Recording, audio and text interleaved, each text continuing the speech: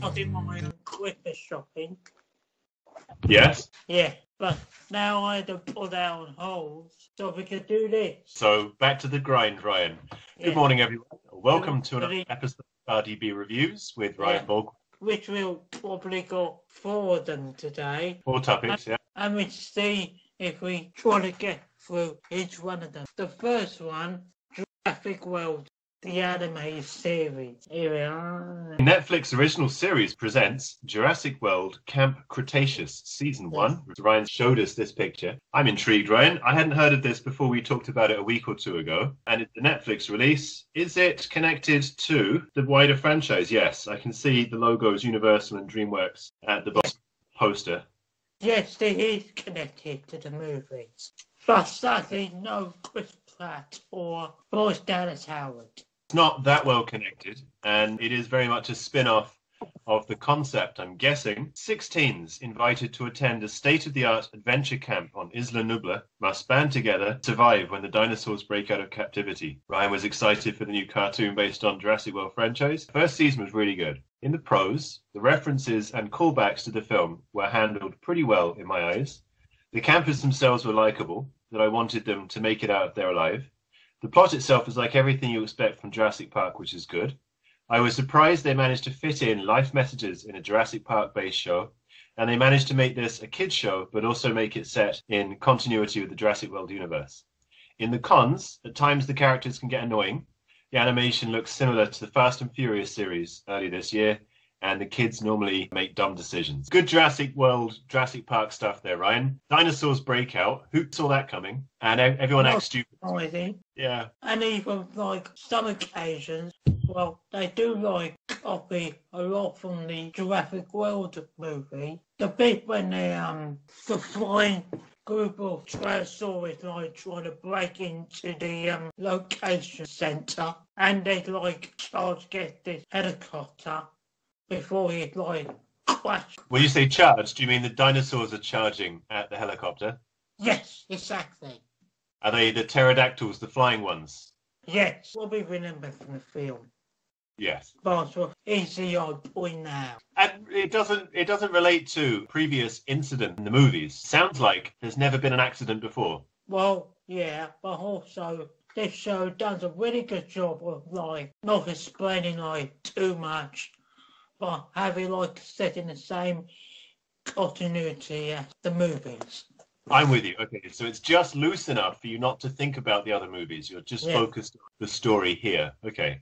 You were saying it's for kids, but it's obviously still got action that you'd see from the movies. Is it parental guidance related, or is it completely universal, do you think? I think it's definitely universal, yeah. Okay, cool. And I think it's like characters are like the most generic, like, kids characters you can possibly imagine. Okay. Like, there's the pretty girl, there's the social media obsessive girl, there's the popular girl, jock, excessive dinosaur fanboy.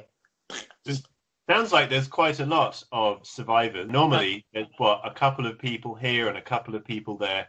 But this sounds like quite a big group of people. Yes, but also they had, like, a expert of, like, keeping the kids from not being eaten by dinosaurs. Okay, so like an Alan Grant character who knows dinosaurs or just is a bit wiser and is able to keep them safe.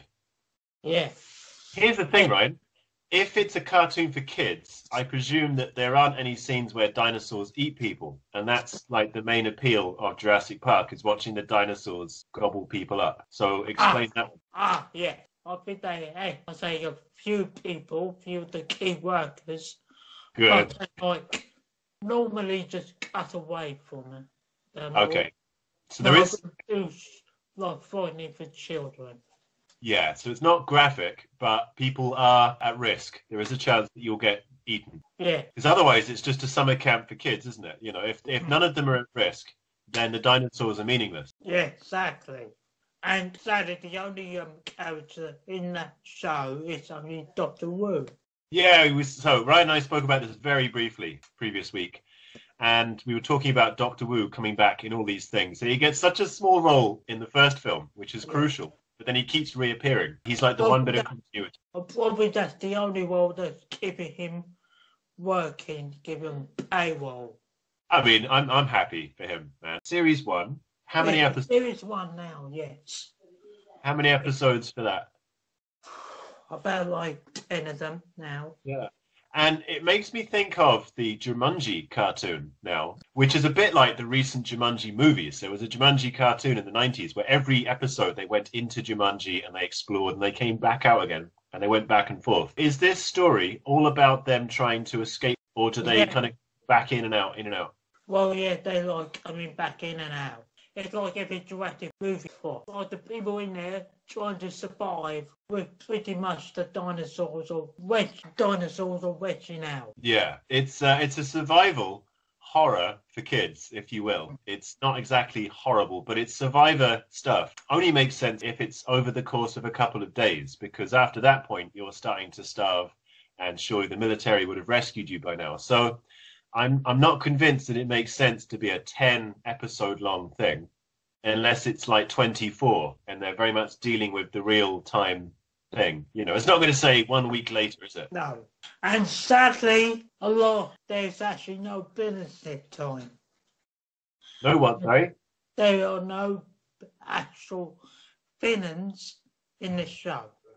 I suppose, can I just say, with Jurassic World, I always found that really annoying. I've not watched Jurassic World properly, so I can't speak on it.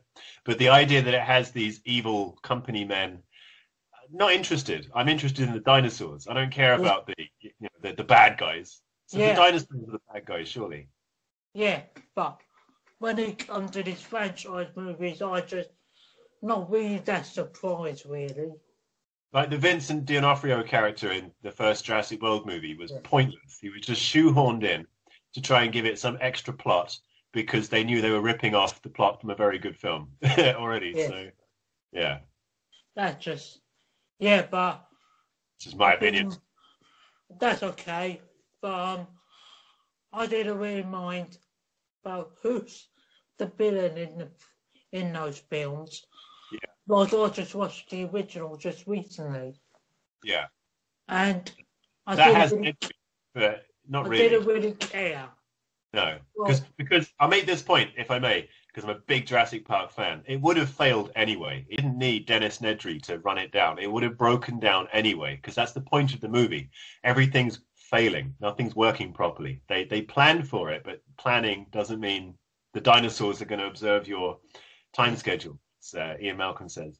Yeah, and to like the last 3 episodes, which the teenagers finally put their heads together, trying to escape.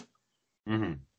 Throughout all of it was a lot of surprising, heartfelt moments, sprinkled in. Okay, that's nice. So you get some character development. They bond the group. Yeah, trying to survive together.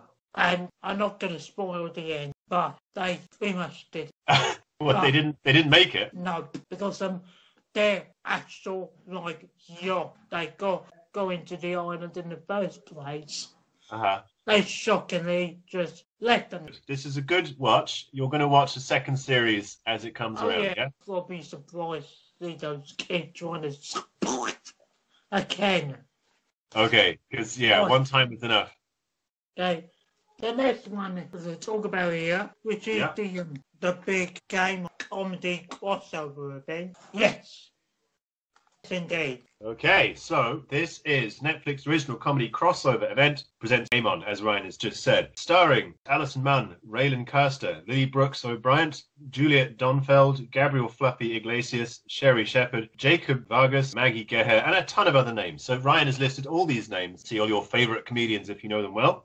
Worlds collide in this special event featuring familiar faces, surprise cameos, stories of spirited competition, 4 different comedy series. This crossover event was watchable, says Ryan. And in the pros, the crossover itself does feel like a spirited competition in tones of the way it's been advertised. Seeing characters in their shows interacting with each other, the exciting event was so easy to binge with just 4 episodes. In the cons, most of the crossovers are quite brief. The jokes are not all that funny. And you don't need to watch their shows first before watching their crossover event. That answered the first question I was going to ask, Ryan. Who are these people, and do I need to know anything about them before watching? You say no. No. Well, if you ask me, I think the only show well, in the big show on those four was the Big show, Right. which is WWE wrestler The Big Show. I heard you mention that. We were talking about the chef show, the Big Show, and it's wrestling connected. Yeah. So it's like like in the early 2000s, like the big crossovers, the best Disney Channel used to do. Yeah, vaguely. Yeah. I know they did. With characters of sweet like crossover with Hannah Montana, or Hannah Montana crossover with Sweet Life with Zack and Cody. I suppose they're all on the same filming set, aren't they? They could run from one film set to the next and be like, hey. Hannah Montana crossed the elbow with Selena Gomez from Wizards of Waverly Place. This is the thing to ask. They are playing the characters that they play on these programs. They're not being them themselves, the actors. It is Hannah Montana invading another program. Exactly. Yeah. Interesting. Okay. But Netflix had done similar thing like this before with the Defenders from Marvel.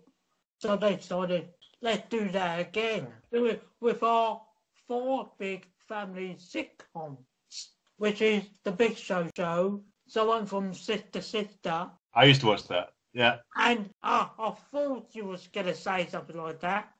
Yeah, it's from the 90s. Yeah. Yeah. And the other two, I've not really remembered that much. It does like a surprising guest appearance by Mario Lopez from Saved by the Bell. Oh, okay. Again, I would know the character, but I wouldn't know the actors' names. You know, when you're a little kid, you don't pay attention to. You probably did. And also, Eva Magoria Parker. Who's that, right? From Desperate Housewives. Okay. Yeah. Not seen that one. I'm aware of it. Yeah. Do they explain how they're all existing in the same universe, or do they just chat? Oh yeah, like chat like normal people, because of course it's like they're both like family sitcoms. It's just like the only big name in terms of like big like present name to put there on a poster for advertisement is The Big Show and one half of Sister. It's not a game show appearing as guest celebrities. They are appearing as the characters in the program. Correct. Is there a storyline then? Is there a plot, or is it like yes, there is. It's like worlds collide in a special event, which is surprising cameos and story changes and competition from the different comedy shows. When you say competition? I think like Netflix version of Playtime. Playtime. I've heard of Playtime, but I don't know what that is. Okay. Pretty much similar like Sports Day. So in a sense, it is like a... Okay, I'm trying to think of one of these programs where you've got like Titans, or what do they call it? I mean, Gladiators, famous one in the UK when I was a child, where it's basically you're competing in a sports arena with lots of obstacles and you need to get through the obstacle course. Is it that kind of... Not really. I think this is like set in like also a comedy. They are not like fit into a big crowd. This is like in a sitcom setting, which you're not going to get any of that, really. So they are playing characters. They have lines of dialogue to give to each other back and forth. Yeah. And it's about some kind of sports day type event. Yeah, type event, yes. Like, how we like our spot each other. I really like about this. It's like got very nice family like feeling for it. If you like the characters, then you're going to enjoy watching them again. Yes, exactly. So yeah, I thought this one was very watchable. And 4 episodes, you say, at the end of your cons. Which about 2 of the episodes, which are like really enjoyable, but the other ones I didn't really enjoy that much. But I will say, not watchable, but I recommend this to those if you just want to like enjoy yourselves. You want to like something that's just easy to watch, to try to extract yourself from this dark time we're living in, then probably this crossover event might be one for you. Okay, nice and right. Because I was going to say a lot of what's being made now is high budget, high concept, lots of episodes, lots of characters to learn about. There's a lot of learning to do in Yeah, programs nowadays. And if you can just watch some people you already know being funny and having a good time, then great. Yeah, yeah, good suggestion. yeah, like Blood Soup. Again, a lot of these names will be lost on me, but if you check out Ryan's review, as soon as you hit the link on our YouTube description, the first thing you'll see is the starring. So Ryan does a fantastic job of the credits for his reviews. So you'll see who's in it immediately, and that might give you a reason to go and watch it on Netflix. Yeah, and now moving on from Netflix all the way to Disney Plus. Okay. With Phineas and Ferb movie, Candace Against the Universe. This one was written on the end of August. Ryan is talking next about a Disney Plus movie. Yes. Phineas and Ferb movie, Candace Against the Universe. I don't know a thing about this. It makes me think a bit of Dexter's Lab with the style. But that might no connection. I was going to say, this is like based on the same name of the TV show, which is like normally on Disney Channel or Disney XD. People will be fans of this if they have watched the program. They don't need any explanation or introduction. Yeah. But for people like me, we'll have a look at the plot. So after Candace is abducted by aliens, Phineas and Ferb embark on a journey to rescue her from her captors. Ryan was looking forward to the film, someone who never seen a single episode of the Phineas and Ferb show, but I recalled liking the first movie of the same name. The movie was so good. You don't need to watch the TV show to watch the film because it felt so contained in its own movie. Each character had a chance to shine. The film was self-aware of the film they were making, and they nailed the mix of making it fun for kids, but also making it watchable for all ages. In the cons, the premise for this film feels formulaic, and some of the musical numbers can get in the way of the enjoyment of the film at times. Yeah, Disney and their music, they've obviously not got it right for this one, but I love that you say it's self-contained, Ryan, because there I was thinking, I don't know Phineas, I don't know Ferb, and I don't know Candace. But if you don't need to know this. Yeah, and I think you told me to watch the actual show into keeping touch with the this movie. Gotcha. But to watch this one and the first movie, and along with the TV show, which is they're both uploaded to Disney Plus by now. Yep. Yeah. So this is Disney Plus Watch. You can watch this on the streaming service that is Disney Plus, and you can watch the first one as well while you're there. Yeah, exactly. It's the viewer's choice. If they just want to start watching the show to get familiar with the characters, or just start with the first film with a fresh pair of eyes. Which is your favourite, Ryan? Oh, well, there's Agent P, which is like the crime fighting platypus, because like they meet like a pet, so the kids will find a reason to love. Platypus sounds like a good choice. Yeah, it is a family like brothers. They get themselves in crazy shenanigans. All right, so can I just check? Phineas and Ferb will be the two guys at the bottom. Yes. Indeed. The one with the triangle nose and his mate. Yeah, brother. Okay, cool. And basically this is like a Phineas and Ferb friends trying to rescue their babysitter from alien life. It is Dexter's Lab. Okay. Yeah, but made with different animation style, but I can see where you're going now. Yeah. I mean, that's a plus for me. That's an in. You know, I wouldn't be like, oh, it's ripping off. I think that's familiar. I like that. The only well-known name from this cast is Kelly, Rue, and Ashley Tisdale. Got you. From High School Musical. Pretty small cast, voice acting obviously, and it's a pretty simple plot. That's great. I'm sure the animation style and the characters are enough to carry it through. Oh yeah, and if you enjoy this, you pretty much will get the show a shot. So you've got two films and a show to get into for the first time. That's good. Yeah. Cool. So yeah, I liked it. Curious, so I'm going to ask again. Were you on Disney Plus anyway, and then you saw that this was released, or was it advertised to you as coming out? Definitely advertised, definitely. Was it Disney Plus that advertised it specifically to you, or did you watch it on TV or on the side of...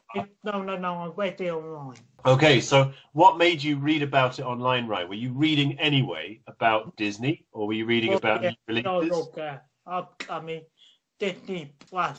This is the one that's come out just recently, I suppose. It's only just been released. No, this was back in August. Maybe a little bit before then. Okay. Were you reading about it recently, Ryan, or have you chosen to review it today, just almost randomly? No, we done that one back in August, but I have watched it as well. Yeah.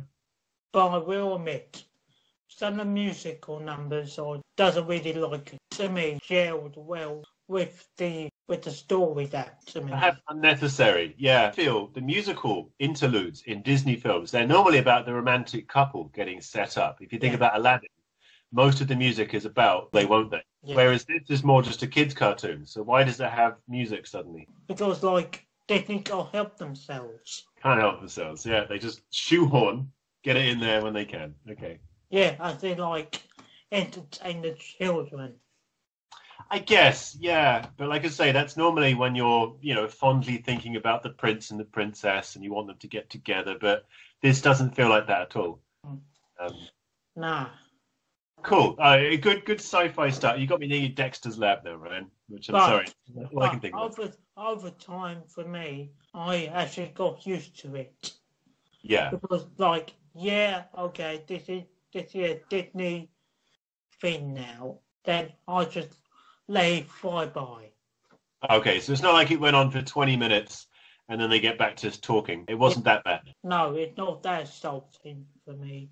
So, yeah, I thought this one was a quite good one to entertain, to get educated for young viewers who haven't seen the TV show or the first movie or any business of media. Probably this film will get you started with it. Gotcha. I just had a thought, Ryan, and you might be aware. So England is going back into lockdown at the end of this week. And it's a big blow to everyone that was hoping to get out and do things. But it looks like we're going to need more media to watch at home. So the more you can think that the whole family can watch, kids, adults, teenagers, if everyone together can enjoy something, that's really good stuff right now. Because I think we all need to get used to sharing each other's space. Oh, yeah. Yeah, that's pretty much like everything I'm talking about today. Good stuff. Yeah. And the next one, the last one here, what it says on this picture, it's from Netflix. It's called The Sleepover. Sleepover, cool. Yeah.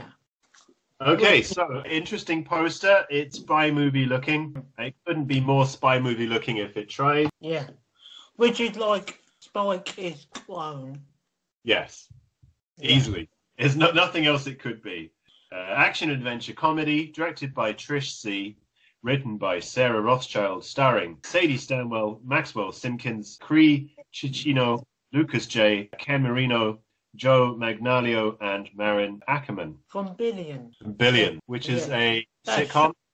A show with that guy from Homeland. There's a few guys from Homeland. I'm a fan of Homeland, but I don't know that guy. But don't worry. It's just like this is with names. Sometimes names I'll forget about them for a long time. Those names just slipped out of your head. You, Ryan, have the most amazing memory for names. You can list off names like that. No, I don't recognize any of the names I've just read, but that doesn't mean I don't know the character from Homeland. But the sleepover, to rescue their parents, they need to get a clue. So, okay, I get it. Siblings Clancy and Kevin discover that their seemingly normal mum is actually a former high-end thief in the witness protection program. The film is not at all that fun. In the prose, though, Ryan appreciates the kids exploring about discovering their parents' secret for a chance. I enjoyed the reaction of Mim, Clancy, Kevin, and Lewis, their parents' spy gizmos. The comedic moments involve the kids around different locations, and at times I did laugh at the silly moments that are happening. In the cons, this felt like a watered-down Spy Kids ripoff. The pacing of this film was bad and mostly didn't make any sense. It knows what it's trying to be, and it's not quite managing. Yeah, not that much at all. Yeah, I okay. will say the big names in this are her from, you've probably seen her in anything. Hello. Yeah, her. Thank you. Yeah.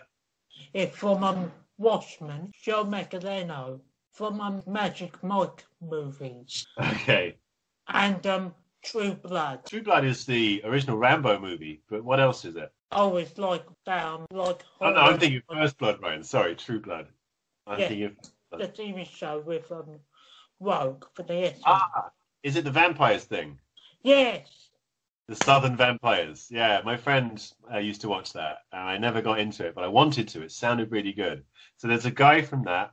There's a bunch of kids, and there's some other characters, some actors that we know from other programs. There's not much to say about this, is there? From us, we are seasoned film watchers. We understand that Spy Kids was a big franchise by Robert Rodriguez back in the noughties, and it pitches kids doing spy movie stuff. It's like the very tail end of James Bond, where you've got children doing all the spy stuff.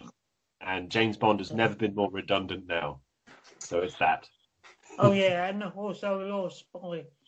There's been a lot of like spy movies with children over the years trying to be spy kids. I'm sure kids spy all the time for governments, for organizations. You know, a child is very easily not paid attention to. But these movies, they all make them out to be little James Bonds with their gizmos and their tuxedos and their nonsense. You could do a movie about kids spying on their parents in China or something. You could do a really realistic, dark movie about kids spying. But this is just whimsy. This is silly Hollywood meets James Bond. Well, yeah, but also this is another victim of like putting stuff out there. Really? We got competition now with Amazon, Disney Plus, Hulu, HBO Max. A week or so ago, who is the competition for Netflix? It did sound like an obvious question, but I think I was thinking in the back of my head, what about Apple TV? Oh yeah, and Apple TV, thank you. But we haven't mentioned them, so are they still a going concern? Are they still going? Yeah, they're still going as in right now, actually. Because they had huge celebrity faces and names, and they had lots of big budget, but ultimately, I have not heard a thing about it. Netflix still seems to be doing very well for itself. And at the time, the talk was that Netflix would be out of business because all these other companies were moving in. So that's partly why Netflix is pushing all this not great content. But they seem to do okay. But also, you get like a few nuggets in between as well. Yeah.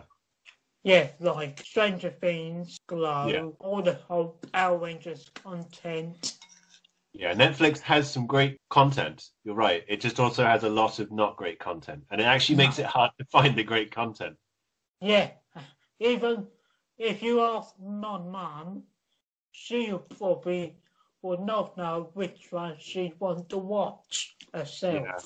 No, we struggle with that, Ryan. You're on Netflix and you're like, no. You just get depressed. You're like, I don't want to watch anything now. Well, or I'll just leave you for another day. Yeah. Yeah. Roll the dice. See what happens.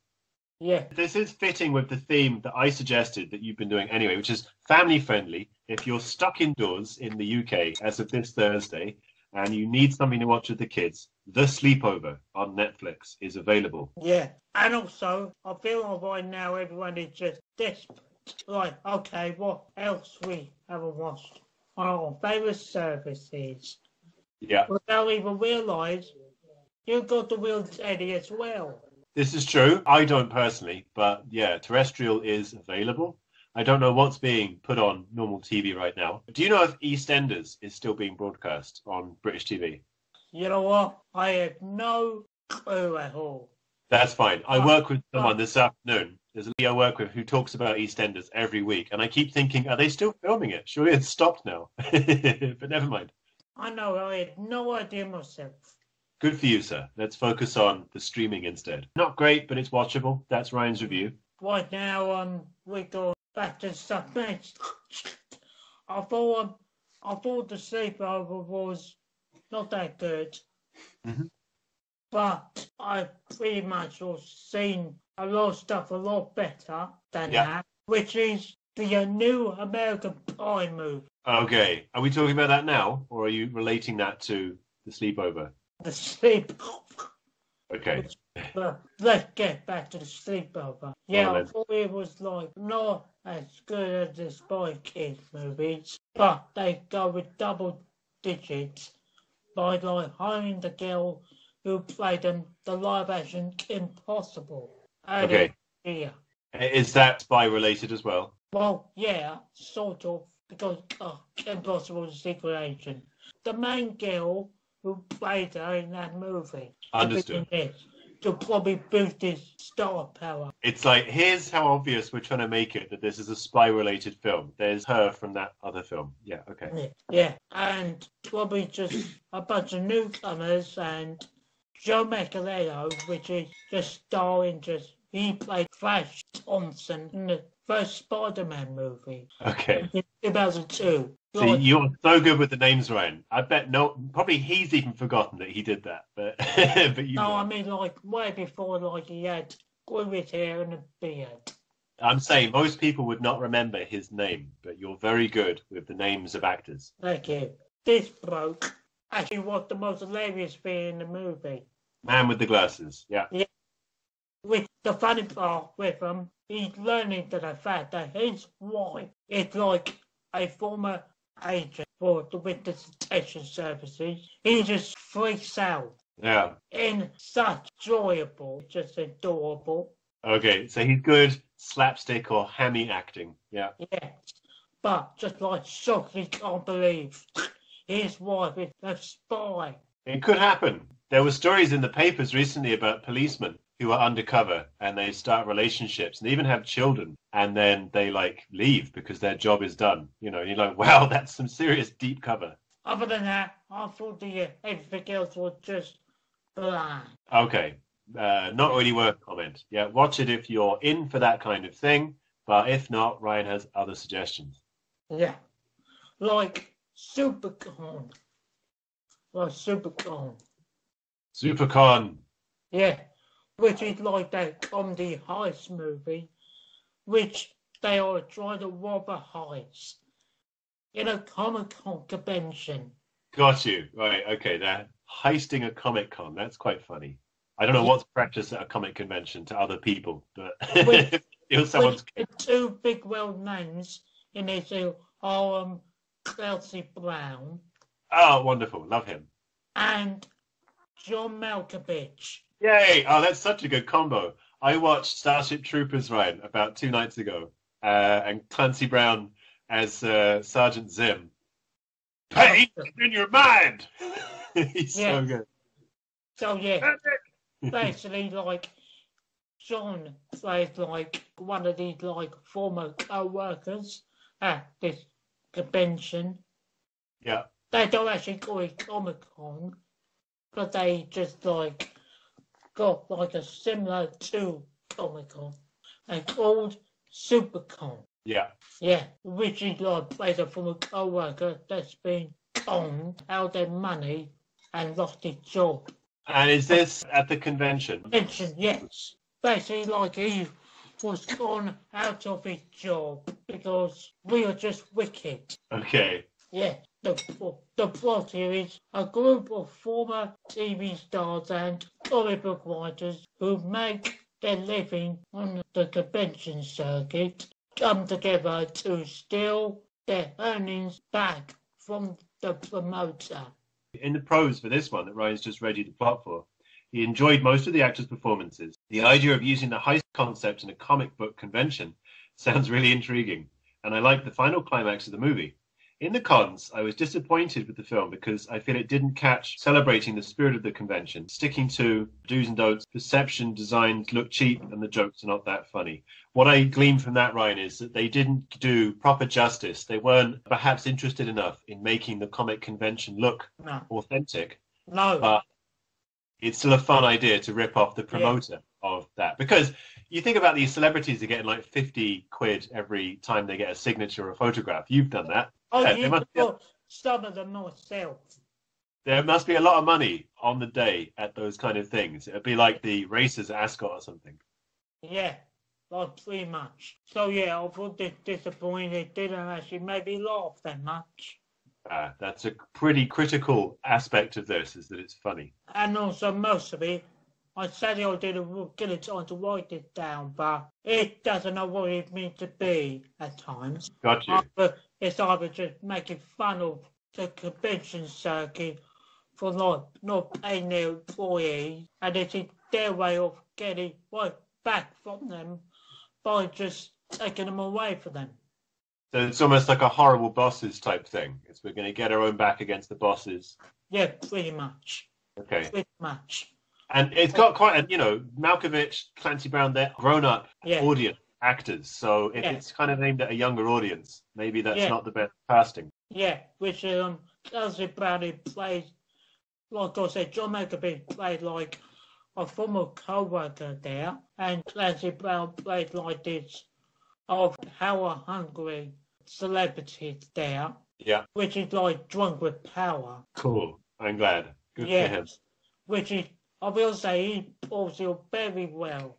And definitely the one scene which is the key play of this is the moment where the little chubby kid, which is diagnosed with cerebral palsy, of like asking Clancy for his autograph, and it's like, oh, piss off, kid, too bad for you. Oh. And he just like walks away, leave the kid just crying tears. My heart goes out to him. I think the guy got his own back by just secretly just be a part of this heist. Okay, right. Yeah, and like saying, in your face. So Clancy Brown is kind of the bad guy. He's getting ripped off with the promoter. Yeah, like playing, he's in a Lex Luthor. Okay. You said power hungry. Yeah, okay. Yeah, which is great. Cool. But I didn't really get to who the characters are. Other than these are just former employees. They are just like furious. And they just want to get their money back. Sounds like the Disney employees of Florida. Yeah. Maybe they'll do a film about that where they rip off Disney. Yeah, that'd be good. Yeah, exactly. I thought it was not the best movie I've seen, but almost close of a real-life scenario of what these conventions could do to good people. You could well imagine this story appearing on local American news and then being picked up by international.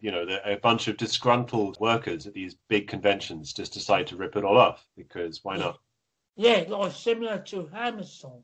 They carried workers' costs down, made them furious, unhappy to work there. Yeah, take away their livelihoods. So what are you going to do but rip them off? I thought that was not that good. So Ryan gives us 5 out of 10. You can buy this on DVD. Brilliant. Okay, thank you, Ryan. Any streaming platform you can think of. Okay, so look it up if you are interested in Supercon, anything comic convention related. Yeah. Well, so we had to cut off now. Yeah. It's getting to 11 o'clock. But Yeah, thank you so much, and we will continue our group chat with the rest of the lads at Ask Cafe. Nice one. Friday. Saying that, I don't know today whether or not we're going to be open on Thursday, but hopefully, man, that group Skype chat will continue if the cafe stays open. I'll see you on Thursday, mate. Okay. Bye, Ryan. Well done. Later. Bye. Bye. Bye.